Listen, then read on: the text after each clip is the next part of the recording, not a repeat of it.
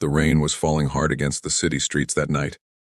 The wealthy man everyone knew, Alexander Grant, a self-made billionaire, stepped out of his limousine, irritated by yet another charity gala he was forced to attend. He was known for his cold heart, a man who believed that everyone should fight for themselves in this world. He didn't hand out pity. He didn't hand out help. But then, as he passed the entrance of the hospital next to the grand ballroom, a voice stopped him cold. A woman's voice, trembling, desperate, soaked with pain. Please.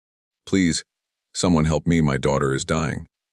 Alexander turned, his expensive shoes splashing through the puddles, and his eyes fell on her.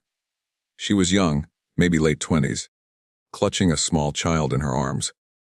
The little girl's face was pale, her breathing shallow.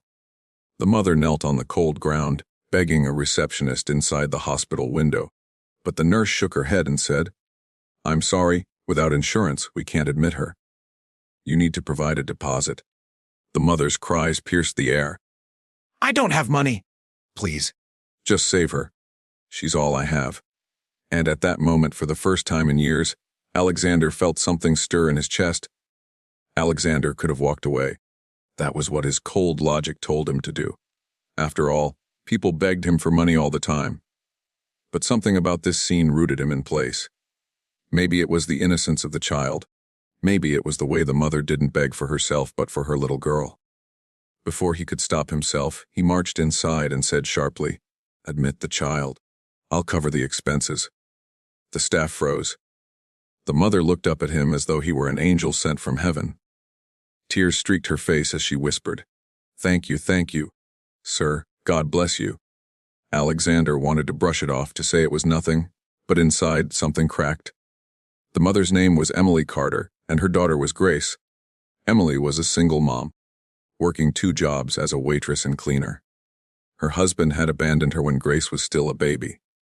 Life had been nothing but hardship, yet she never stopped fighting to give Grace love and hope.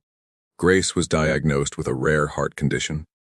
The surgery cost hundreds of thousands of dollars, an impossible mountain for someone like Emily. Alexander visited the hospital the next day, telling himself he just wanted to check if his money was being used properly. But the truth, he was curious.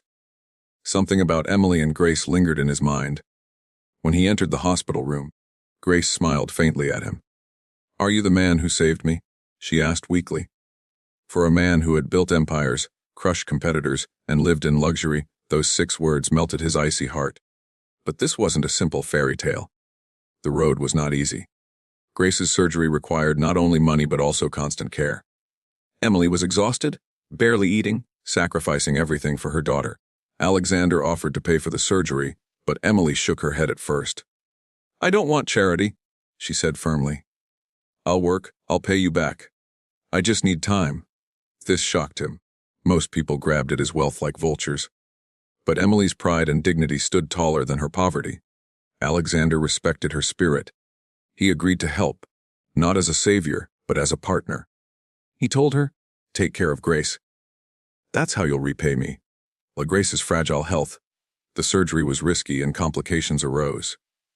There were nights Emily sat by her daughter's bedside, praying through tears. Society's judgment rumors spread that Emily was using the billionaire. People whispered, mocked, even spread lies. Emily endured it silently.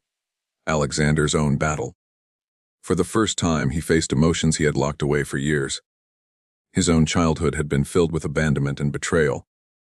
He had buried his heart beneath money, but Emily and Grace were tearing down those walls.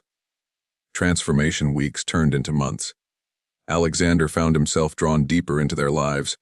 He helped Grace with schoolwork when she recovered, bought her toys, told her stories. For the first time, laughter filled his mansion when he invited them over. Emily worked hard, refusing to rely solely on him. She started a small catering business with his guidance, slowly building independence. Alexander admired her strength more than anything. One evening, Grace looked at him and said, "Uncle Alex, are you my daddy now?" The question stunned him. Emily blushed, apologizing, but Alexander's heart broke open completely. He realized he didn't just want to help them, he wanted them to be his family. Grace's surgery was finally successful after months of treatments. The doctors declared her healthy, her future bright. Emily wept with joy, holding her daughter tight. Alexander, once a man who believed money was everything, now knew love was priceless. At a quiet dinner, he told Emily, "You saved me too. You showed me what it means to live for more than myself. If you'll let me, I want to stand by you and Grace. Not as a billionaire helping a single mom, but as a man who loves you both." Emily's tears flowed again, but this time with happiness. She nodded, whispering, "Yes. Yes, we'd love that." The inspiring message: Alexander's life changed forever because he stopped and listened to a cry for help. A man who had everything found true wealth in compassion, love, and family. And Emily, who had nothing but faith and strength, proved that dignity and resilience can change even the hardest heart. The message is clear: one act of kindness can rewrite a life. Sometimes it can rewrite 2 lives or 3. Call to action for your channel. And now, dear viewers, I want to hear from you. What lesson did this story teach you? Do you believe one act of kindness can truly change the world? Share your thoughts in the comments below. I read every single one of them. And if this story touched your heart, don't forget to like this video, subscribe to my channel, be kind always, and share this story so more people can be inspired to live with compassion. Remember, kindness costs nothing, but it can mean everything.